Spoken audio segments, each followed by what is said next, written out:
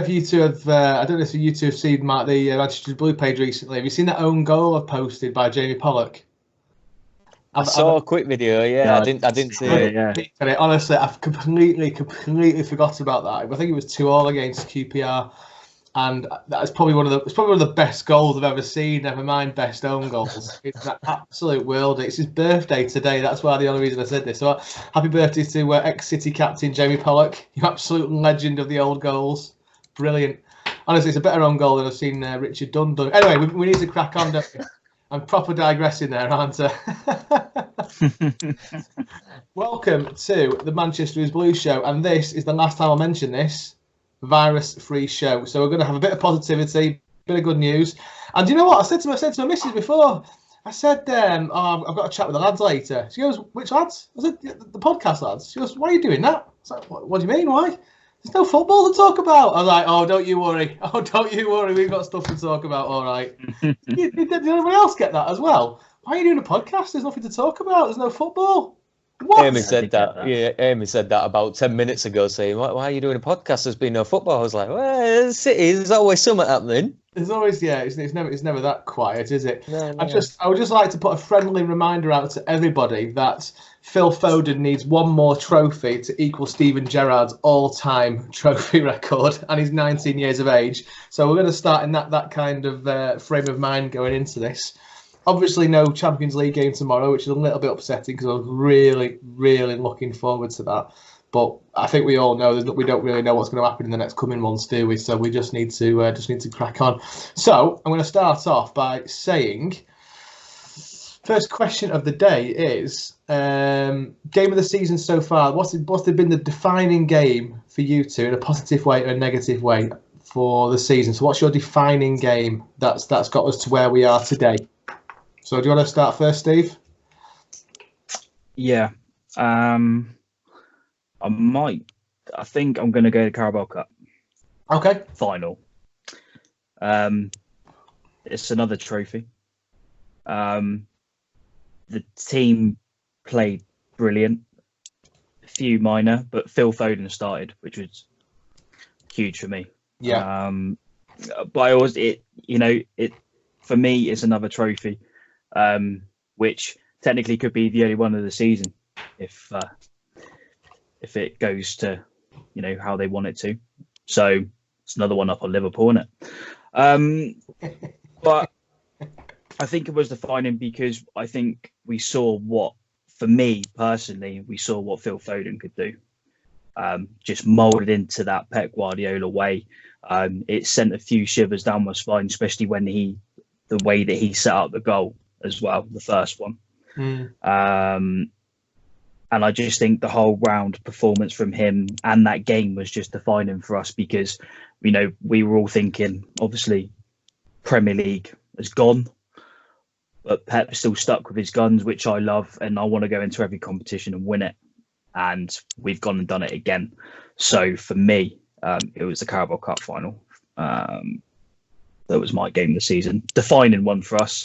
Yeah, and I like you've chosen that because it was on my mind as well. Because let's face it, it's a trophy in the bag, and no other club in the country can say that at the moment. So to have that kind of little caveat towards the end of the season is a real tick in the box for me. So that's a really good choice. That and to see Phil Foden start, just it's funny you mentioned that because I wanted to make a little bit of a mention about the possibility of David Silva not playing for City again, which is really, really upsets me a little bit. I would have liked to have seen him before he left, and I think it would have been nice for him to say goodbye to the fans as well, because obviously Phil Foden is the next player to have that kind of positioning, and he's kind of the natural selection to go straight through into that position, isn't he? So it'd be upsetting that for David, I can imagine, but I can also imagine that his testimonial would be pretty immense if we don't see him playing blue again. That would be a sellout, I would think. Absolutely.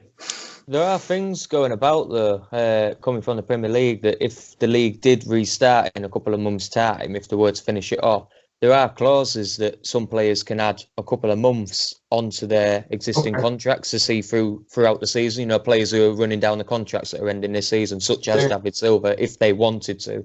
There are talks of that being able to happen. Well, that's interesting. I can't imagine the contracts being date contracts. I can imagine being end of season contracts. If this season doesn't end, technically, I don't know. Yeah, obviously we need to see how their contracts work, wouldn't we? But yeah, it's interesting that the people would think that they're a date contract. See what I mean? Yeah. Date in the contract. Obviously, I'd have no idea about that, but that'd be great to see him again. I've heard all sorts of rumours about potentially scrapping cup competitions next season and playing the remaining 9 games of this season in the middle of next season, like on the Tuesdays or Wednesdays and stuff like that. And it's just muddies the water too much for me, doesn't it? I think that's the most ridiculous idea I've heard. Yeah, I wouldn't go along with that. Just doesn't work, does it? Muddy completely, isn't it? New players, etc., etc. Yeah, absolutely. What's your thoughts, Daniel? Come on then. What's your defining moment of City's season? What's the game? Second one definitely would be the Carabao Cup final because, like Steve said, trophy above Liverpool. Can't complain on there. Domestic trophy, should I say? Because I know Scouse will be jumping on a throat going on about the World Cup and stuff like that. But mine's a bit of a weird one for good and bad reasons, and it's the 1-0 away victory at Sheffield United. In January. Yeah. And the reason I chose that is because the bad side, I'll start with the bad side first, is I'll start with the good actually, it makes more sense. We stopped a team that are, in retrospect of where they were last season, running rampant in this league. Because the amount of points they've took off the bigger teams this season has been instrumental in their season, really. It proves why they've got as far as they are. They're not sitting back on this underdog title that most teams that have come up get. They've just got on with the game, played the same football they played to get them promoted last season. And for saying we've not had our best season, we stopped that. And I think that's probably one of the highlights of this season. We're able to stop such a thing. I know people say it's only Sheffield United, but the bad side of it is we've seen how poor we are this season, and yet we're still able to stop Sheffield United's rampant touch. So if you sort of get me, we had one of our best games against a tough opposition that are running away in newly promoted teams. Yeah. But you also have to look at it and say, well, if we're doing that, where other big teams aren't doing it, why are we so far behind Liverpool this season? Such as games like against Norwich, who were struggling, who came up the same season as Sheffield United, and other games that we struggled, such as Wolves, where we got pretty much battered. It's a bitter taste, but a sweet sympathy. It's sweet symphony in my words of that one. No, it as well. And that for me, that was a key game because that's when I thought to myself, do you know what? If we have a cracking run here, I mean, it didn't end up doing that way, did it? But that felt like one of those games that it was a season deciding, a turning point in the season where I think it was a little bit too late for obviously winning the league, but there was so much negativity knocking around, wasn't there, about us not playing great. To see that performance and to get the result through it, just shown that there's a little bit of steel left in our squad, ready to fight things. So that was great for me. It's an interesting one. But yeah, that's my point. No, we're able to do that, and we were able to push on from that. It's been a highlight of the season. One step forward, still one step back. It's going back to the City of the 15 year ago. Obviously doing a lot better and winning a trophy, but. So you reverting back to the Jamie Pollocks again of the world. Crikey, I've had enough of them, mate. I don't need any more of them. We've had our fair share. I've had my fill of that. My one, there was two actually. They're both negative curves. So the first one I wanted to talk about. There's two really for me for this. The first one, the main one I want to talk about, is the second game of the season against Spurs. Which we drew 2-2, and we absolutely spanked them at home. Sterling and Aguero scored for us, but Lamela and Moura scored for them. And I'm looking at the stats now, and we had 30 shots in that game and 10 on target. They had 2 shots on target and scored both goals.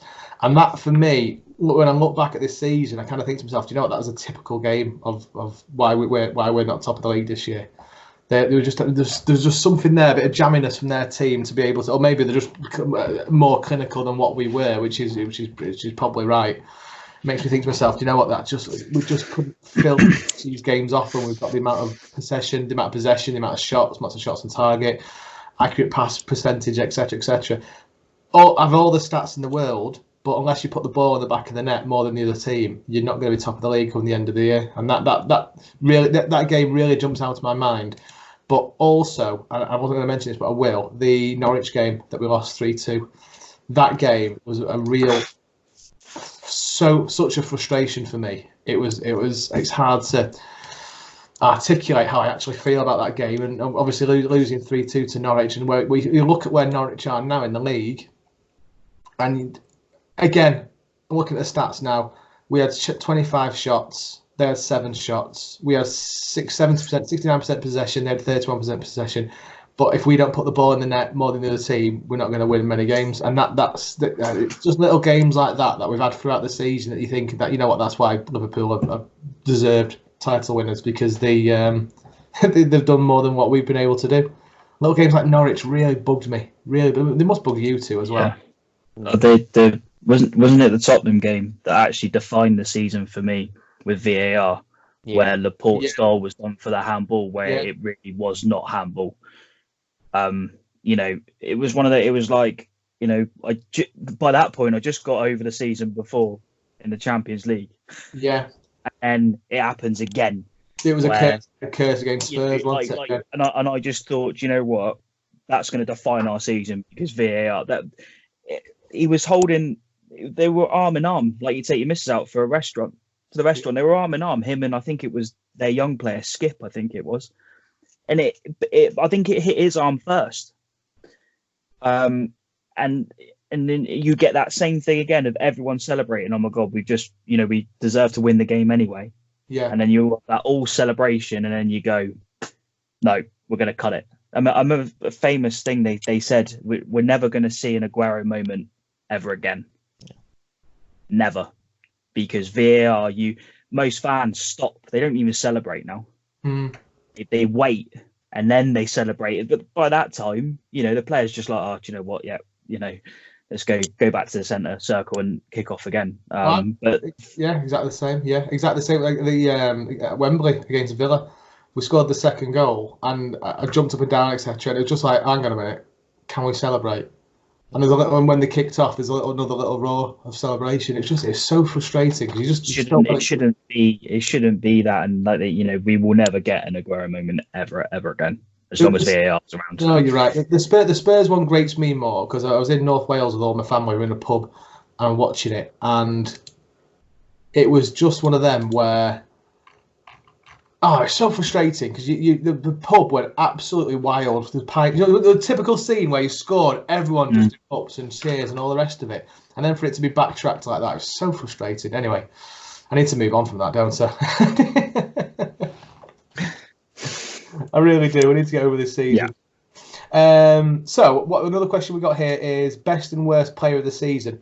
So for me, I'm going to start first on this. I don't like doing the. But please, by all means, I hope you two do. But worst player of the season, I don't like doing that. I don't like calling players out as much for the whole season. I think players can have good games and I'll call them out for it. I think players can have bad months and I'll call them out for it. Like Sterling's not had the best couple of months. He's nowhere near our worst player. So I'm not going to talk about the worst player side of things. One, because hopefully a City player will come on our podcast one day, and I don't want to rule it out. But I'll move on to that. The other things. So for me, the De Bruyne's obviously our best player. There's no question about that. But I've been really impressed with Mahrez. I think that I was looking forward to watching him this season more than a few other City players, and I've not been disappointed with what he's come out of. And have you seen recently this rumor about going to PSG? Yeah. I don't know. Where has that come from? And I was going to go on about that later on with the research I've just done. Yeah. But yeah. I'll move on it later. We'll talk about it later. But so go for your thing. But that for me is just like, there's not enough. You don't. You're a rich club, but you've not got enough money to take Mahrez off us at the moment. I'm looking forward to it. If he's done well this season, he'll absolutely fly next season. But is he up for a contract or something? Is his agent sort of tapping into media sources to try and get him a new contract for extension or something? I don't know. There's something there, isn't there? Wouldn't surprise me. So what about you? What did you want to go first, Daniel? Yeah, I mean, I think you know who I'm going to choose. After all season, I've done nothing but big him up, and I do think he's arguably, in some retrospect, being our best player this season. That's Jesus. Yeah. Without a doubt. And I know Steve's laughing, thinking, really? We still got Aguero. But No. The only reason I think he's been our best player of the season is in the same stance as Sterling was the previous 2 seasons on how far he's improved by becoming what he has. And I know I got hounded on a post I put up just after the Real Madrid game saying I'm only saying that because he's having a couple of good games. But I bet you lads can back me up on this. I've done nothing but big him up from the start of the season. He's been the guy I had my eyes on, the guy who I said would most improve.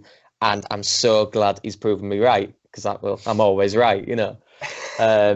His shooting abilities just shot up. Yes, he still misses chances. Who doesn't? His technical ability, he's got so much better. He's holding up the ball. His defensive side of the game. He played left back against Real Madrid and won more challenges than I think most of the Madrid defence did, as well as scoring a goal. You know, for me, best player this season so far. And I don't think the only reason he's not getting as much attention is because we've still got Aguero in the team. If Jesus played as many games as Aguero did and started as many games as Aguero did, we'd be talking about him being one of the best in the league this season. No, you're right. I've got a couple of stats on Jesus. Have you got any? Or do you want me to whittle them out? Yeah, go ahead. Is that all right? So he's 22. So he's got another 8 years. How old's Aguero? Aguero's 31. Right. That gives you. He's got 8-9 years left in him.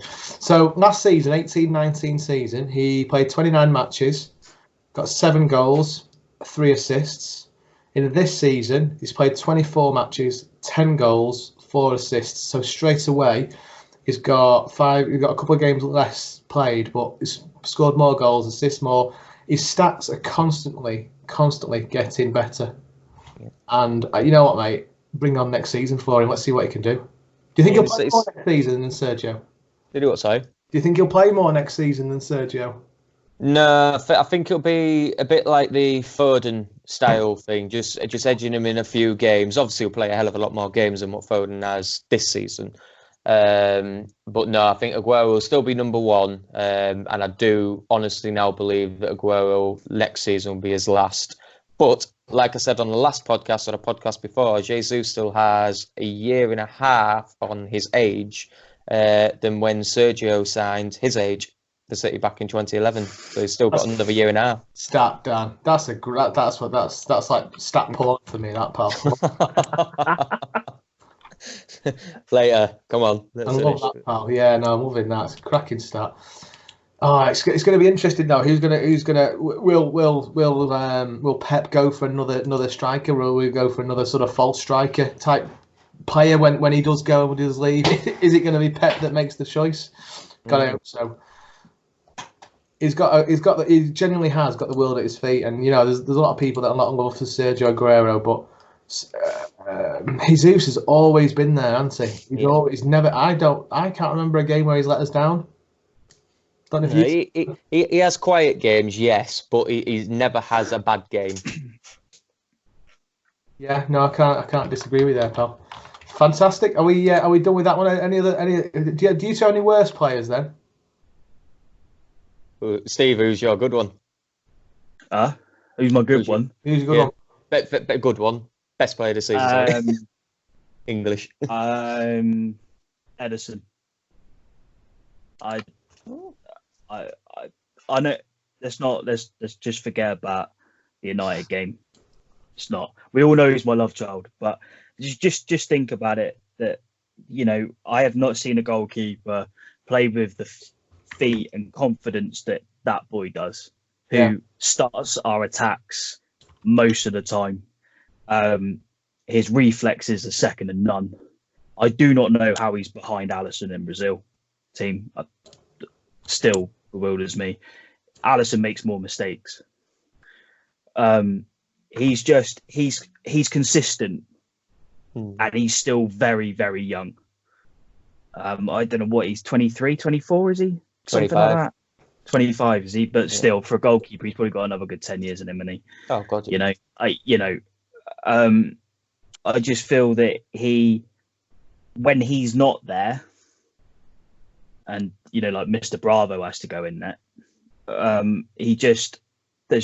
don't have that confidence. I think in the United game, I think the defense was weaker than what he would have expected in front of him. For that free kick, why was Aguero marking Martial? Simple things like that could have stopped. We all know that he likes a bit of a head rush, like he done for the second goal. But for me, it's Ederson. He's probably our only consistent, apart from De Bruyne. Obviously, we can all go De Bruyne because he is world class. But for me, Ederson is the most consistent player for us. I've just pulled up a couple of stats for Ederson. You can hear me clicking in the background. Are you happy for me to run through these? Yeah. He's on 99 appearances for City.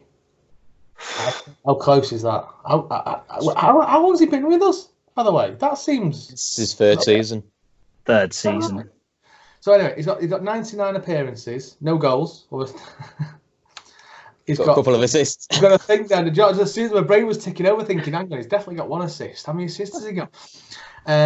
45 clean sheets. So as the 99 appearances, 45 clean sheets, 78 wins and 12 losses. That's quite impressive, that, isn't it? I would like to compare that to Alisson. With you wait right there. You carry on talking. Give me a minute. just with the defense in front of him, because obviously their defense is more solid than ours consistently, because he usually goes with a consistent back four, which I've said in a podcast before that what City needs to do, what Pep should be doing. I think if he had Laporte this season, his stats would be even more ridiculous than that. But Alisson has had Van Dijk in front of him for most of the season this season. I don't think there's been many games where Van Dijk's not been playing, or with the two fullbacks, or maybe he changes his centre half partner a little bit, but I wouldn't say Alisson's stats is much higher or better than Ederson's. So how long's he been there for? So he's played 58 games. So what's that, 2 seasons nearly? Yeah, and double the price. I'm just going to put that in there. Double the price. He's got 31 clean. So out of 58 appearances, he's got 31 clean sheets and 48 wins. But obviously, they've had a sterling season, haven't they? So and 2 losses. So he's got 8 draws within that as well. I need to work out the percentages here to try and work this out. He's got 1 assist as well. How many has Ederson got?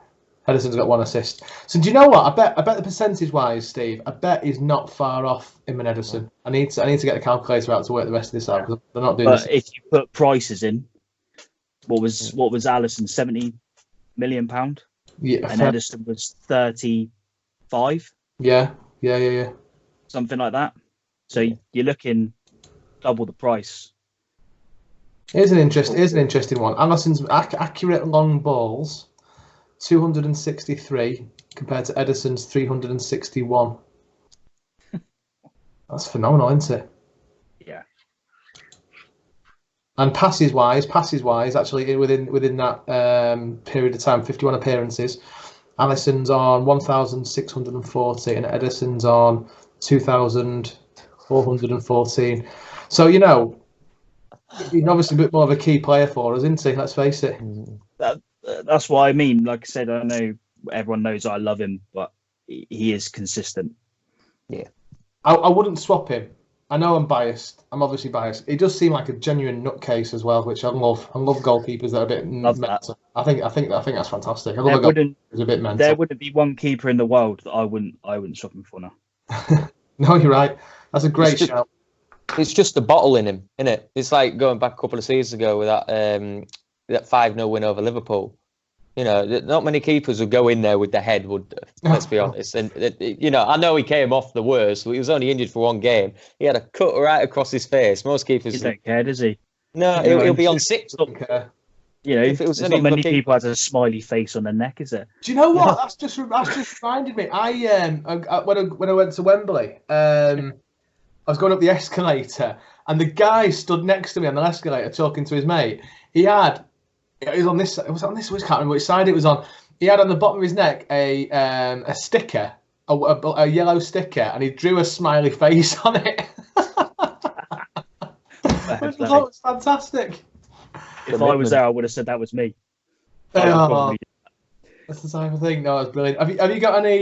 We don't want to go into the negatives too much, but have you got a player? I don't want to. We'll change the worst word of this. We'll change that. We'll change the worst player to who could have done better. Sane. What game has he turned up to this season? Seriously, he hasn't turned up in any of them.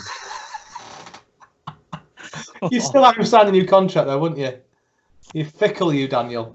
I don't know. You know, when I hold a grudge, I hold a grudge. But... no, for me, I'd say it's a toss-up between. I'd even go as far as say Bernardo Silva. Oh, bloody hell, controversial. And I know we were going to do an unpopular opinion as well, but he isn't my unpopular opinion. But Bernardo Silva, for me, he's getting better.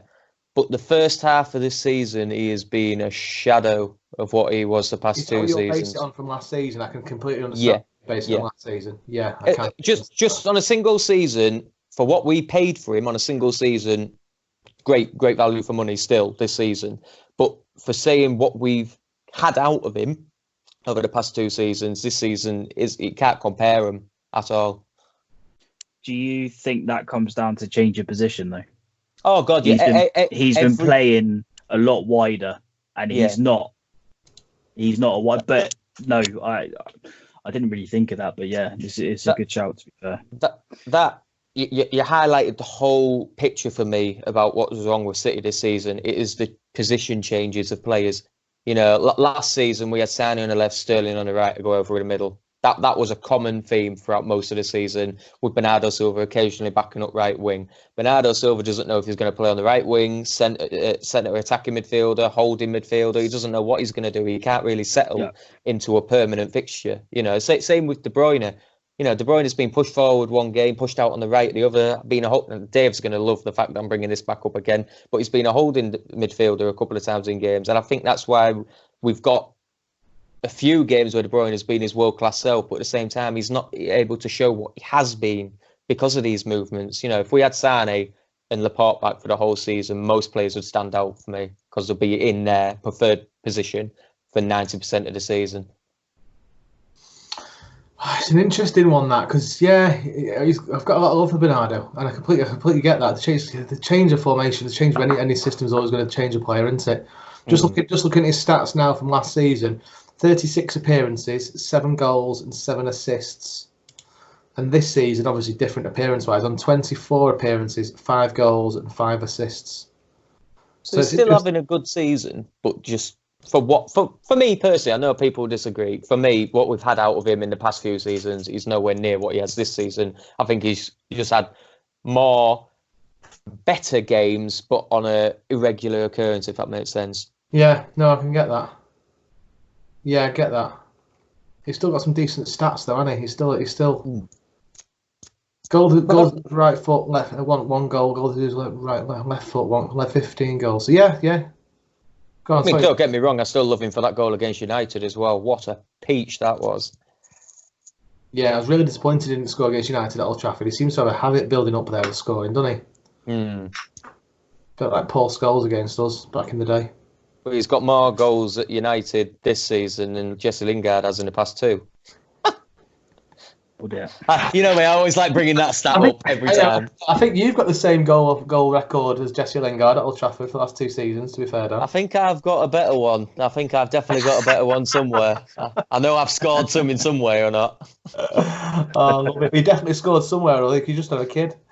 Aye. Kids are watching, no doubt. All right, sorry. A bit of lads. Sorry. Explicit. Sorry. Explicit content. Sorry.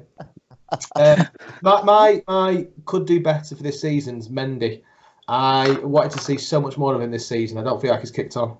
I don't know what it is, but I can't get out of my head that he's turning into a bit of a class clown. And that sounds harsh, that, doesn't it? But I'm sure he could do better. I just don't know whether I see enough out of him every game for him to be my favourite left back. How much money have we spent on defenders in the last couple of years, and I still don't think that Pep's happy. He's not. He can't be happy, can he? Let's face it. He can't be happy with who's there. No, I can't. If you think about it, we've never really had a permanent back four, have we? We've either had Mendy out for most of the season on one. Vinny left this season, so he's had to change the whole defensive partnership around. Laporte's obviously been injured most of this season. Since Pep's arrived, I don't think he's had a permanent back two that he can rely on, let alone a back four, due to injuries or players leaving. And that's going back to what Steve said. You know, stick Ederson in with Liverpool's defence. His ratio would be sky high because Liverpool have that constant back four. They all know how to play with each other. They all know what they need to do. They all know the roles of each other. They work off each other. You know, we haven't had that. I mean, going back to the formation again. No, good shout. Steve, have you got a player that you would have liked to see more of? If you asked me this mid-season, I would have said Jesus. Okay. But Fight. But back end, he's proved, and I even said it in the chat, and I think even Dan I think he probably had a heart attack that I said it. But back end, he's been brilliant. I think consistently, I have to go Stones. Yeah. For me, I know he hasn't had many chances, but I think the chances he has had to prove himself, he's just not done it. You know, he's got it there. He's got everything in his locker. You know, he's pacey, he's good at passing, but he just doesn't use it to his advantage. I think it's the same thing again. If Laporte's beside him, he's a better player. Like, you know, when Company used to come in beside Nico was a better player. It's that similar form again. But yeah, if I had one person that can be in the starting 11, it would be Stones for me. Perfect, cool. We'll go on to next season's shining light. Who are you expecting to see a lot out of next season? Who are you expecting to be not necessarily starter every week, because I don't think anyone's going to be that with Pep and the way he plays. But who are you looking forward to watching the most next year? Or want to see more of? Easy, Foden. I sort of touched on it, the Carabao Cup thing. He's obviously there where Pep wants him now. He's playing the way that he wants, and I think I speak for most City fans. You know, if we've got this, Champions League thing coming or whatever, where we're not going to be able to sign a lot of players, he has to be in there. Mm-hmm. Get him in that David Silva role. The work ethic that boy's got is ridiculous. He works for that badge. And yeah, for me, it's him all day long. All said. Easy. Daniel? Jesus again on that one. Jesus. Oh, do you know what? You left me one free there. I thought I was going to have to think of another one. Go on. I think he'll as much as, like I said previously, he's stepped his game up this year. I think he'll take it even to a much bigger level next year. I think he'll demolish most of his records he's got at City season by season next season. I think just that compactness, he'll get a hell of a lot more games. He needs to, with it potentially being Aguero's last season. He needs to get more games, and I think he's starting to make Pep believe that he's got a future world-class striker in there, and I think he's going to do it. Fantastic. No, I can't. Do you know what looking at the last couple of seasons where the stats, they're creeping up. As soon as Aguero goes, I think his stature and confidence will shoot. I was a bit like this at the start of the season for him, but having seen how well he's doing, still playing understudy. Once he's given the keys to the City, I think. Oh, do you like that? Keys to the City. Once he's given the keys to the City, I generally think he's going to kick on. I think he's going to be a fantastic player for us. Yeah. It's hard to say, isn't it? But with the stats he's got now, he'll obviously need the right players around him. He'll need a Jesus type player with him, I would think, or a bigger player, which we discussed about previously. But no, my one that I want to see more of, and it's so frustrating we're not seeing more of him this season, is Garcia. Garcia for me has got the from the games I see, obviously I don't see as much as Pep, I don't see as much as his management team, but from what I've seen of Garcia, how he's not played more for us is absolutely criminal. And I'm really, really concerned that he won't be a City player back end of next season because he's not getting enough game time. That generally worries me. I'm not saying I have sleepless nights about it because I really don't. I've got bigger things to worry about. But why he's not getting more game time really worries me. I just don't understand. I genuinely did he play 2 games for us? We had two clean sheets. Not saying that was all him, but I can't think of any other City defenders that's happened to when they've that being so young. No, I think if Dave was on there, I think that would have been his as well. I mean, I think it does come down again to the Champions League. I think if we don't get in, I think we'll see more of him. I think if we are there, I can see a bigger name coming in. There, unfortunately. But it's difficult, isn't it? Because, like I say, I would like to see more of our youngsters. Maybe Doyle getting in there as well. Because I mean, half the time he's been very, very good for me. Especially when it was lovely to see him and Foden in the midfield. I can't remember who he was against now, but that was brilliant. It just proves that we've got that. But it all comes down to this Champions League, because I feel if we do get out of it and we're in it for next season, then I can see a big name defender coming in. I have no question marks in my mind that we'll be in next season's Champions League. I would put a lot of money on that. I don't think there's enough time, especially now. I don't think there's enough time. I didn't think there was enough time before this all kicked off with China eating bat soup. But from my point of view, I just can't see is there any way of not leaving us in next year, because there's not going to be enough time to do the paperwork, etc., to not have us in. But yeah, unfortunately, I can see a ready-made centre half coming. Yeah, it's sad, isn't it? Actually, thinking about it. Go on. For me, I hope he doesn't end up being like a current player, Alex Garcia, because Eric Garcia has got it. So same as Alex, however you pronounce his first name.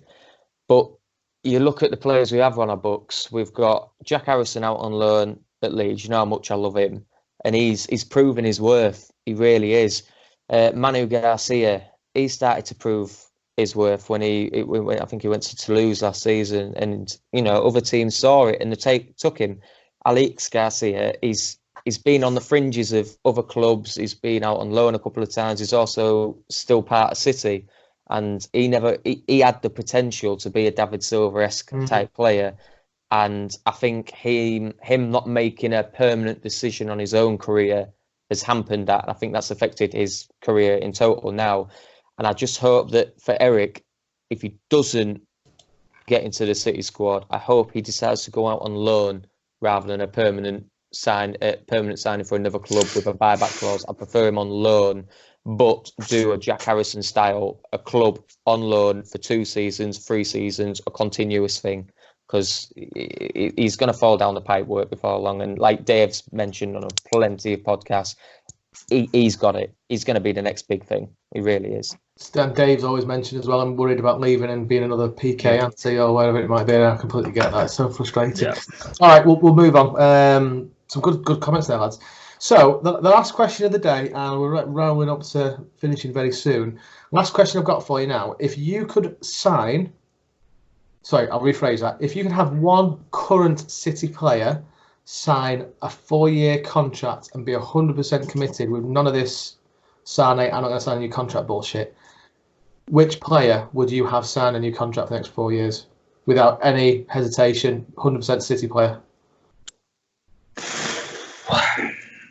Do you like that? I like that. Edison.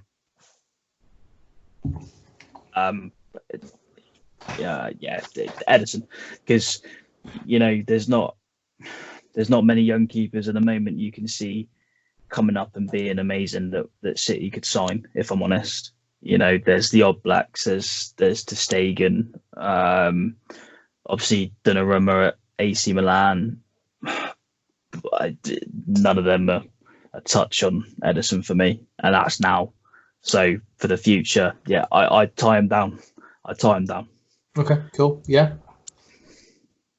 I've got two. I can't make my mind up which one is more vital to the future, and that's Laporte and Jesus. I was going to say Laporte, so I'll have Laporte, you have Jesus, and I'll make it a hat-trick of Jesus then, yeah. Nah, if we are looking into the future and if Pep's still with us, I think it's what you've mentioned plenty of times, Tom. Pep doesn't buy youngsters just for the sake of it and then they move on. He's going to build something. I think Jesus will be the forefront of that. Yeah, no, I can't argue with that. My reckoning between for Laporte is, I'm thinking of our weakest position on the field, where we need the most stability on the field. It cries out at central defender, and the best we've got is Laporte. It's got to be. If he signed a new contract tomorrow, I'd be absolutely thrilled because we desperately need him to stay more than anything. Absolutely. But yeah, I think you're right. You know what, arguments there for both. Edison. It's funny, isn't it? It's funny you say Edison. I didn't even think of Edison because I just thought he's just so committed to City because he just doesn't seem that type of player to have that about him. I swear, shit steering. Do you know what I mean? He doesn't seem that type of player. Whereas he's not like a Pogba type player or all this with Sane not signing a new contract. I can't see Edison ever doing anything like that. He reminds me of a David Silva player. He'll just get his head down and work and go home and be happy. And it just seems like that. Does that make sense? Yeah, absolutely. So yeah, really good shouts that, lads. Has anyone else got anything to add before we knock it on the head? Unpopular opinions? Oh, very good point. I missed that one. Right. Go on. Who's going first, Steve? You go, Dan. You go, mate. This one is going to cause so much argument. That's why I wanted to bring it up. We missed this season Delph more than Company. What? Oh. Unpopular. It's an unpopular opinion, and it's going to be unpopular. Something's wrong with my speakers, mate. It sounded the most there as if you said you preferred Delph over Company this season. Oh, no, not preferred. Miss Delph more than Company. I think my Bluetooth's working. Well, it's called unpopular opinion for a reason, but yeah, basically, for me, there's two sides of it. If Company had stayed this season, yes, he would have probably helped us out a lot more than the situation we're in than Delph would. But it could have almost a devastating effect by the fact that we think he's still that saviour compared to what we are now. We know what we're missing this season. Now he's gone. If we had gone on to next season with him still being this season, next season we'll probably still have the same situation because centre-back wouldn't have been an issue. Laporte and Company side by side of each other. That's one of the best centre-back pairings in Europe. But the only reason I'm saying we miss Delph more is because going back to the leadership side, in terms of English, proper out-and-out English players, Company, yes, he was a leader, don't get me wrong, he's one of the best leaders we've had in the past 20 to 30 years. Delph's one of them where he could have been almost a backroom staff member, but he would get stuck into the players in the background and said, look, you are playing shit. You need to pull your finger out, get on with it. Sort of like what I've been saying about Walker. Walker has that trait about him, but he doesn't do it enough. Company, he's always been a leader, but I've never, ever, and I'm sure one of you two will probably change your mind in an instant by saying it, I've never seen him get stuck into a player and tell him you're playing shit, get on with it. I've seen Delph do it a couple of times on a pitch. I've seen him live many times, and I've seen him do it loads. And when he's played, he's not one. Yes, he can be one of the worst players on a pitch like Bravo, but Delph would tell it as it is. For me, that's popular opinion, of course, but for me, that we miss Delph's voice more than we miss Vinny's leadership. Yeah, I miss that character type. Yeah, it's an interesting that one, mate. I know I'm going to get hounded for that, but it's a personal belief. You know, we all have our opinions, but no, I think if we had Delph, we've had a lot more better performances this season. It's not often we take clips of the podcast to use for advertising, but as soon as we're finished here, I'm taking a clip of that and I'm using that to try and get some content to people coming over to the podcast. Everyone's going to be signing my name for resignation on this point, then, aren't they? Bloody hell. Yeah, we have to They get a won't, poll. they won't listen to the podcast, would they? They'll be like, I said no, they're bold. I'm struggling for an unpopular opinion, to be honest. I don't think my brain's tuned that way. The only thing I could think about is I don't really think this is that unpopular. It is between City fans, but giving Liverpool the title. But for me, it seems like a no-brainer in one aspect of things, given they're doing that. But the other side of the things means, well, what does that mean for the teams at the bottom of the Premier League and the top of the Championship? It just doesn't make any sense to do that, because if you do one for one, they can't do one for the other, because there's so much of a legal bangling. They just have to null and void the whole season, so the FA don't get their arses nailed legally. And I don't really know any other way of doing that in a fair way for everybody. Does that make sense? I don't really think it's a popular opinion, though. I think that's a bit common sense. Go on, Steve, give us an unpopular one, mate. Can this be unpopular now or in the future? Go on, either way you like to. Whenever this sounds interesting, I'm interested. Okay. We need Lewis Dunk. Oh, you see, I don't see. I agree. Yeah, no, I don't think that's that unpopular, pal. I did put it, and I got a lot of hate back. You know what? I'll do it, and I won't blame on anyone else. I'll put from, admin Steve, and then they go, you're a bit of the loony one, thinking Lewis Dunk's going to be, that is my unpopular opinion, because there's going to be a few City fans, they're going to say, oh, we need someone bigger, more out there. But I don't sometimes think that's Pep Guardiola. I don't think he's not a Mourinho, wants that ready-made player. But Lewis Dunk, for me, is a ready-made player, but cheap and English. Yeah. I want him at City next season. I probably started the rumour, but if it works. I started the one with Diaz, so we're in the same boat. Yeah. But it's going to be unpopular. But yeah, I want Lewis Dunk next season. I think he'll be perfect fit. I have to admit, when you first said that, I thought you were a bit of a loony as well. But it's amazing how much my mind's changed. I completely agree with you, because it's going back to my point as well, where we need that English figurehead, someone who shouts the orders. And I completely hold my hands up and say you were completely right with that. Just a quick one before we go. You were saying earlier, Tom, about the transfers. There is a big one that even Sky have just noted, and it's Harry Kane. And I've researched it, and it's a lot. ESPN, especially, have got it. Talk Sport have said it. They apparently, someone's been speaking to him as he's been injured, and apparently that's really raised up on a lot of people's lips. And I've gone in. The main one when I type it in is Mahrez, what we was on about earlier, to PSG. That is right next door. Crikey! Do you know what? Wouldn't mind that at all. So I'm thinking to myself, he's a Spurs fan, isn't he? So he's not gonna win many trophies. He's an England captain. He's a captain, right? That jumps up to mind straight away. He's a leader. Yeah. Do you know what? I like him. Yeah, I could see him. I could see him in City. The problem is, it's would he go? Would he leave? Would you leave your club? If Mourinho's still there, yes.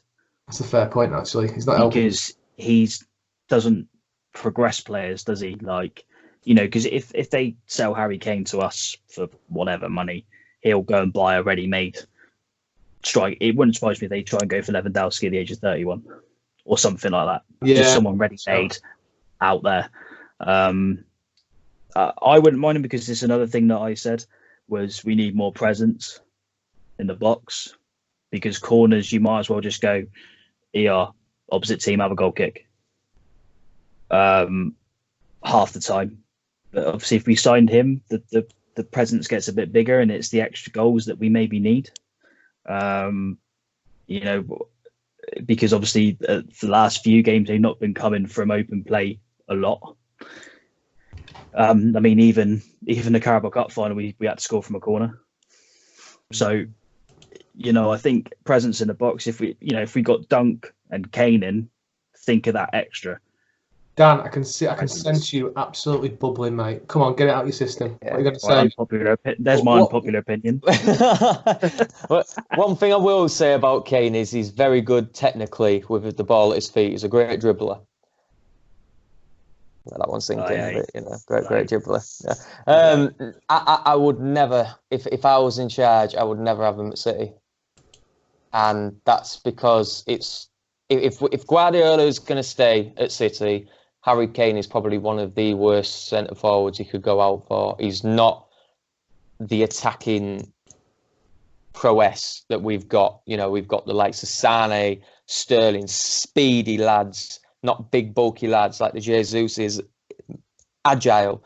Harry Kane, for me, he's not that. And I think as much as he scored some very big and a lot of important goals for Spurs, if they had a striker such as a ready-made Jesus like this season, or maybe even go Lewandowski, just somebody who's a bit more agile, Spurs would be a lot higher up the table for me, a lot higher up. And I think Kane would have it. This could be your debate on the page. I think this could. But then again, I think Haaland is very much like Kane, and would you turn Haaland down? Probably not. Haaland is a lot faster, though, a lot more agile than Kane. But it doesn't. Wouldn't Kane change if we was needing a goal? Let's say Burnley, for instance. You'd have to change the dynamics of the game. Maybe play starting a few long balls. He would be that perfect. We haven't got that extra. We don't have the Dzeko. I mean, look how many goals Dzeko scored for us, and we could change it if we needed to. I think we've missed that. I do think we've missed that. Because I mean, going back to Liverpool, you look when they bring Origi on. I know he's not, but he changes the dynamic of the game for them. They cross a lot more balls in, and he scored some very important goals. Champions League. But does Pep change? When have you seen Pep change his tactics and ideology from his passing, possessing play just to smacking them up forward or just crossing them in? He likes them to just all coerce in, don't they? I think Kane could adapt. I mean, there's no way where he does track back and work for the ball. Oh yeah. He does a lot of the hard work. And I think he's good at holding it up. There's no harm in it. You don't have to belt it up to him, but you have that intricate play, get it to him, and then he'll bring the players in. He doesn't have to be the focal point. But I do think City needs something to change, because against United, we needed a change. We needed something different. We don't sometimes have that, because you put Jesus on for Aguero, it's pretty much the similar change, apart from Jesus is a lot quicker, but you've got a 31-year-old Aguero. Yeah. There's a lot more deadly. If you've got a Harry Kane, the opposition team think, hang on, then their centre-halves have to think, and more of a focal point then goes on, let's say, Kane, and then the wide players can be more, open and free. I think we need it, but that's my opinion. The good unpopular opinions. Do you know what? It's not a bad option, though, is it? There's a lot of clubs in the world that take him. Ask yourself at the top 10 teams in the world, would they have him if he could? They would, wouldn't they? They would. I think so. I mean, you look at Bayern; they're not going to. Lewandowski's getting older. Kane would be that perfect fit. What a point to end on. That is going to go out to the masses, Steve. I think that's got to be put out there as a question. Do you want to put that on the page, pal? Because I think that's going to get some good topic. I'll put it. Yeah, I'll whack my name on it as well. I usually get the Looney. I'll head the heading on that one, Looney. I think you might have rescinded the looniness there, Steve, with that one though. I like that. It's an interesting one, especially if it happens. Is that I heard it here first? Yeah, I done it earlier, as you said. And that was the one, and I read quite a bit, so yeah, I'll definitely put it on there. Fantastic. Right, on that note, lads, let's wrap it up. Have a lovely evening. Stay safe. And you. Wash your hands. 20 seconds. Singing happy birthday. We know all about it. See you later, lads. Have a lovely evening. See you later, boys. See you later, Have a boys. good one. All the best. All the Bye. best.